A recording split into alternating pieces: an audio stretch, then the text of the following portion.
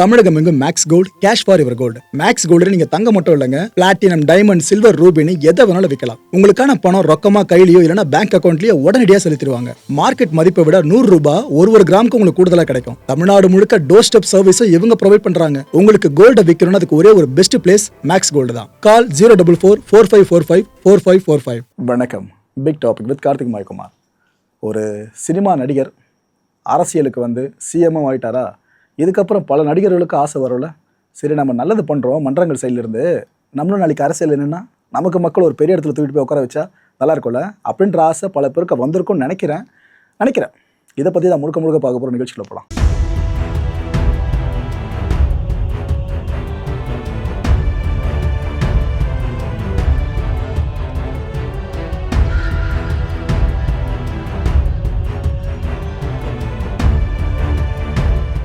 நடிகர் ஜீவா அவர்கள் சமீபத்தில் அவரோட அப்பா தவறுன விஷயம் உங்களுக்கு தெரிஞ்சிருக்கும்னு நினைக்கிறேன். ஆனால் இவரை பாராட்டணும் ஒரு விஷயத்தில். அந்த துக்கத்தில் இருந்து மீள முடியாமல் கஷ்டப்பட்டுட்டே இல்லாமல் அதுக்கப்புறம் வெளியே வராங்கள்ல, நிறைய பேர் நல்லது செய்ய நினைக்கிறாங்களே, இந்த மனசுக்கு பாராட்டலாம் நடிகர் ஜீவா அவர்களை. என்னென்னா, இவரோட ரசிகர் மன்றம் இருக்குல்ல, இந்த மன்றத்தை சேர்ந்தவங்க இருக்காங்களே, அவங்க பேஸ் பண்ண மாணவர்கள் இவங்க கராத்தே போட்டியில் ஜெயிச்சிருக்காங்க. குட்டி குட்டி பிளேயர்ஸ் எல்லாருமே ஜெயிச்சவங்கள கூப்பிட்டு கெடா வெட்டி விருந்து வச்சிருக்காப்புல நடிகர் ஜீவா அவர்கள் மன்ற சார்பில். நல்ல விஷயமா இருக்குல்ல. ஏன்னா இது போல விஷயங்களை கூப்பிட்டு பாராட்டினீங்கன்னா, இது போல நம்ம ஜெயிச்சாக்கா எந்த அளவுக்கு ரெக்கக்னிஷன் கிடைக்கும் அப்படின்னு பல இளம் தலைமுறைக்கு ஒரு நம்பிக்கை விதைக்கிற மாதிரி இருக்கும். அதை கரெக்டாக ஜீவா பண்ணியிருக்காருல, அதுக்கு நம்மளோட வாழ்த்துக்களை பதிவு பண்ணிப்போம். அதில் ஹைலைட்டாக என்னென்னா, கெடா வெட்டி விருந்து வச்சு அதை பரிமாறினதும் நம்ம ஜீவா சகோதரர் தான்.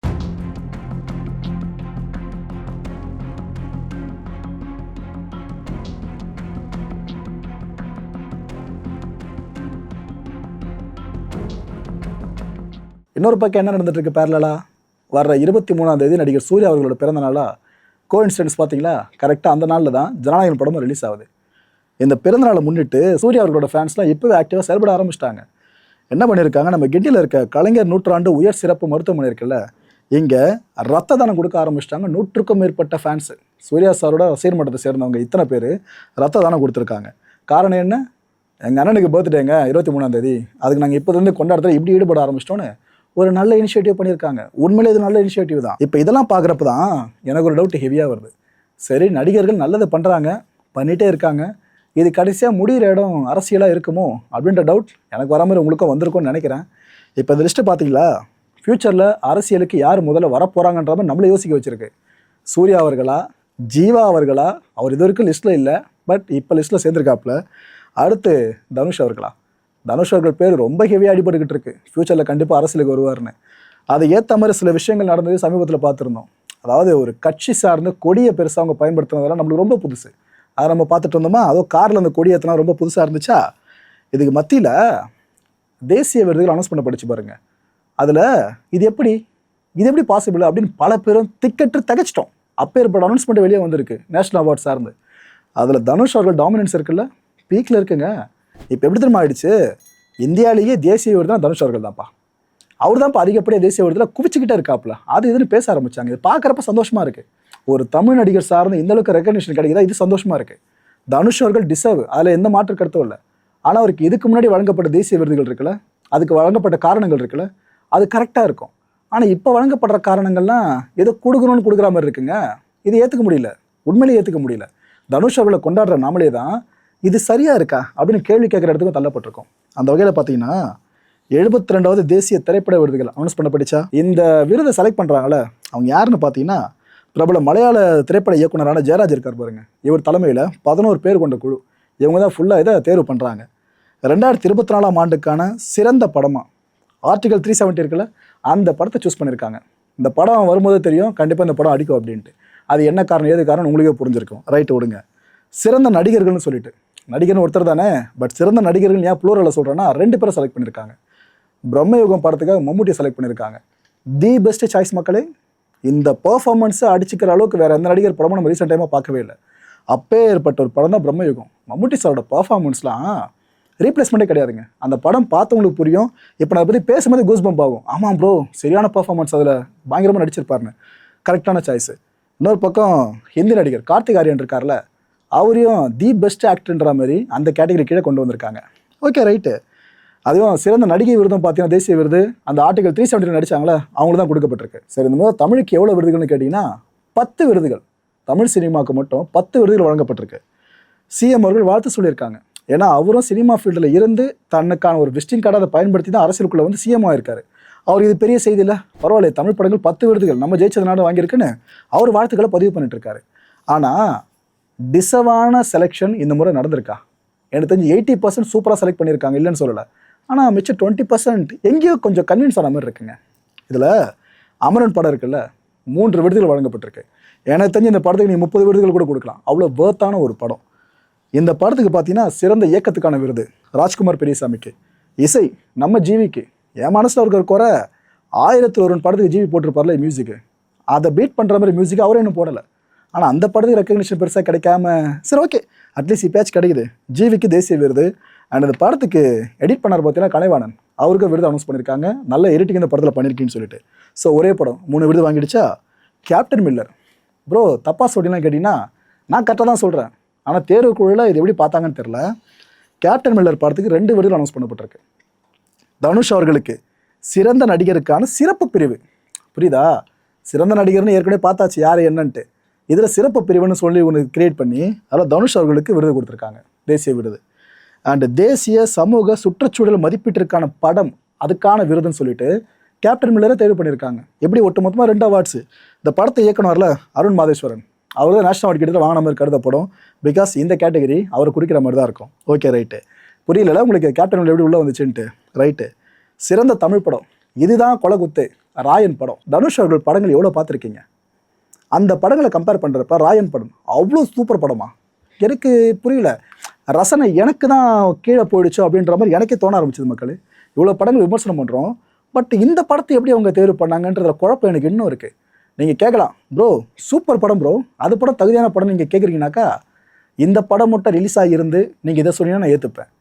இந்த படம் கூட வந்த படங்கள் இருக்குல்ல, எல்லா படங்களும் சேர்த்து சொல்கிற தமிழ் படங்கள், அதில் எவ்வளோ தரமான படங்கள் இருக்குது தெரியுமா?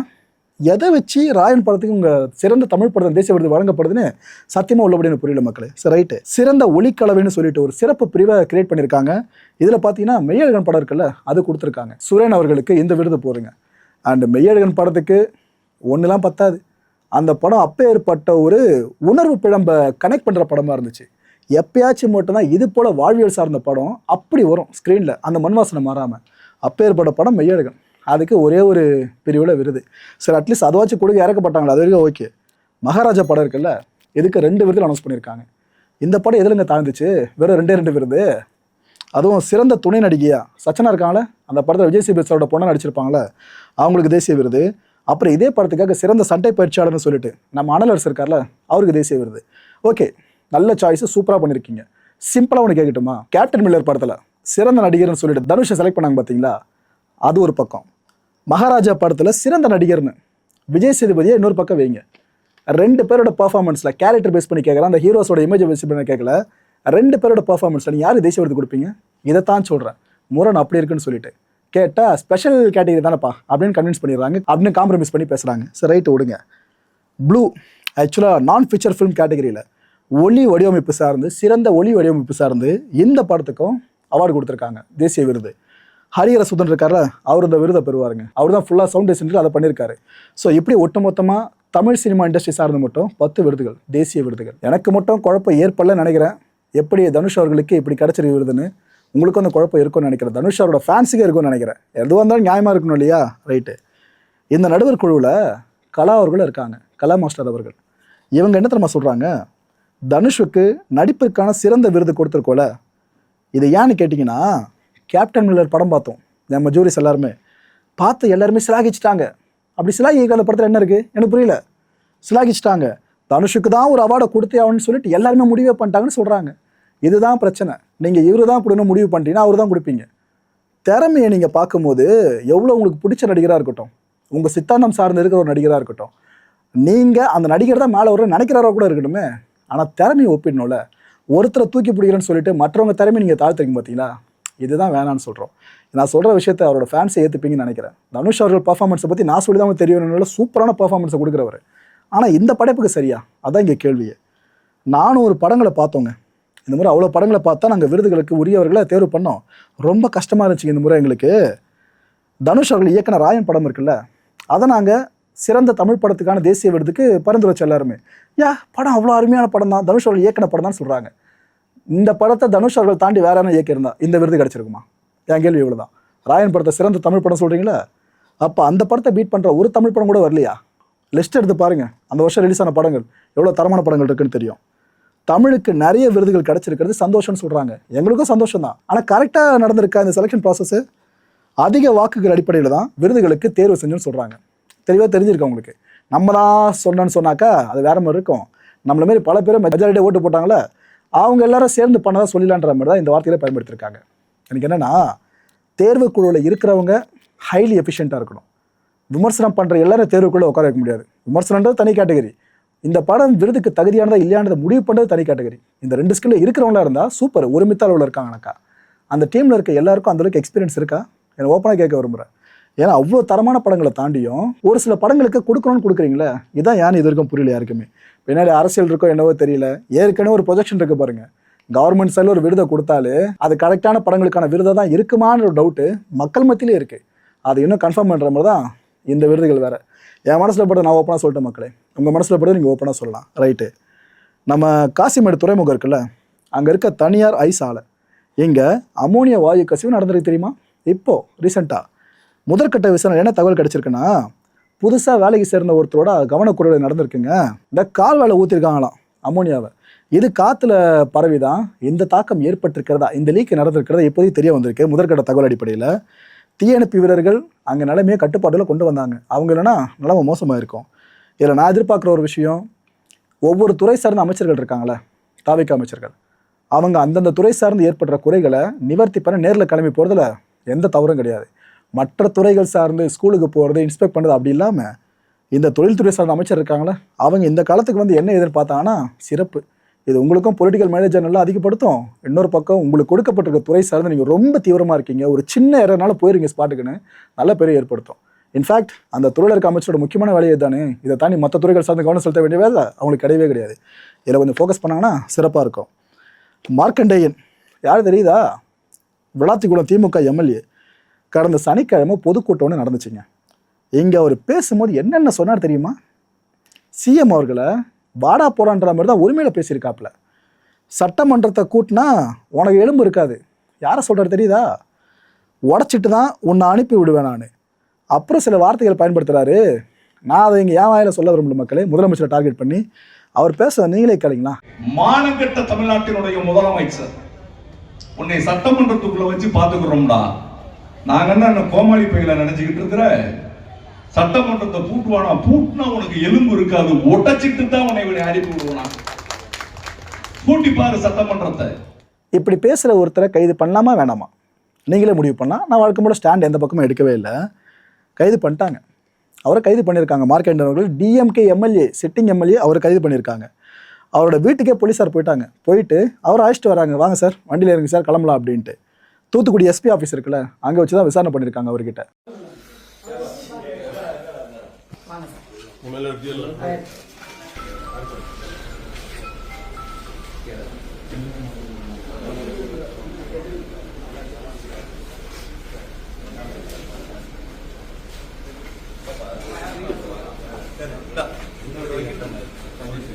எந்த வண்டி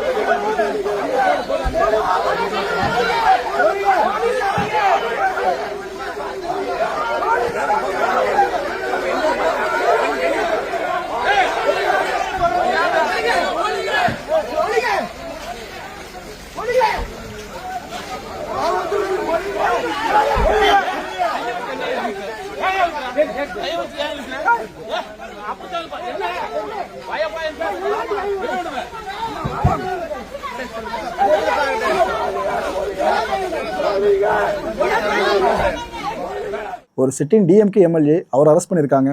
ஸோ அந்த கட்சியை சேர்ந்த முக்கியமான நிர்வாகிகள் கொந்தளிப்பாங்களே திமுக எம்பி கனிமொழி அவர்கள், அவங்க என்ன சொல்கிறாங்கன்னா, அராஜக முறையில் மார்க்கெண்டேன்னு அரெஸ்ட் பண்ணியிருக்கீங்க, உங்களால் விமர்சனங்களை எதிர்கொள்ள முடியலைங்க அப்படின்றாங்க.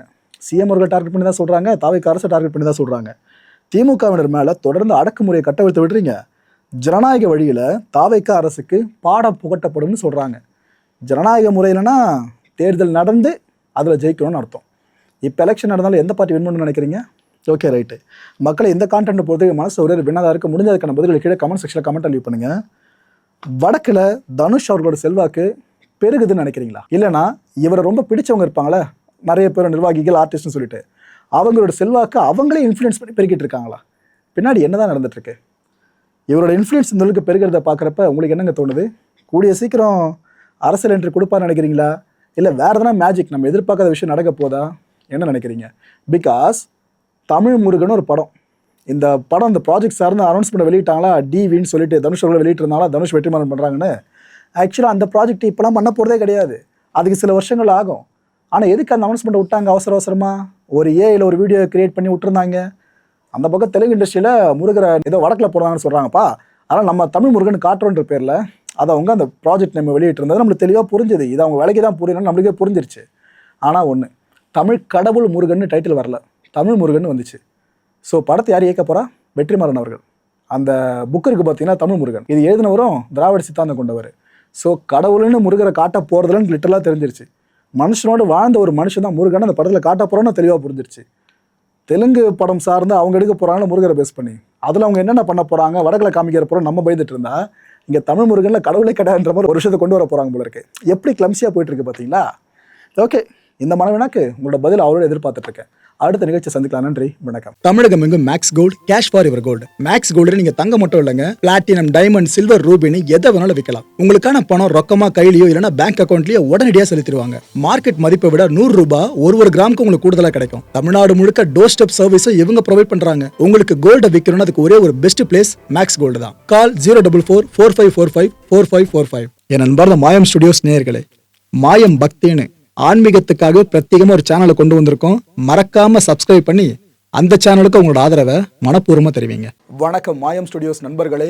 மாயம் ட்ரெண்ட்ஸ் அப்படின்ற ஒரு புதிய ஃபேஸ்புக் பேஜை ஓப்பன் பண்ணியிருக்கோம். நீங்கள் யூடியூப்பில் பார்த்துட்டு இருக்கீங்களா நம்மளோட கான்டென்ட்ஸ்லாம், இதெல்லாம் விட ஒரு படி மேலே ரொம்ப கிறிஸ்பாகவும் ரொம்ப சூப்பராகவும் நிறைய கான்டென்ட்ஸ் உங்களுக்கு இந்த பேஜில் காத்துட்ருக்குங்க. ஸோ உடனடியாக ஃபேஸ்புக் பிளாட்ஃபார்ம் போங்க, மாயம் ட்ரெண்ட்ஸ்னு டைப் பண்ணி சர்ச் பண்ணி நம்ம பேஜை ஃபாலோ பண்ணுங்கள். அப்படியே நம்ம சேனலையும் நீங்கள் சப்ஸ்கிரைப் பண்ணிட்டீங்க அப்படின்னா இன்னும் நிறைய புது புது கான்டென்ட்ஸை உங்களுக்காக ப்ரொடியூஸ் பண்ணி கொடுத்துக்கிட்டே இருப்பாங்க. நீங்கள் பண்ணுற ஒவ்வொரு சப்ஸ்கிரிப்ஷனும் எங்களுக்கு பெரிய மோட்டிவேஷனாக அமையும்.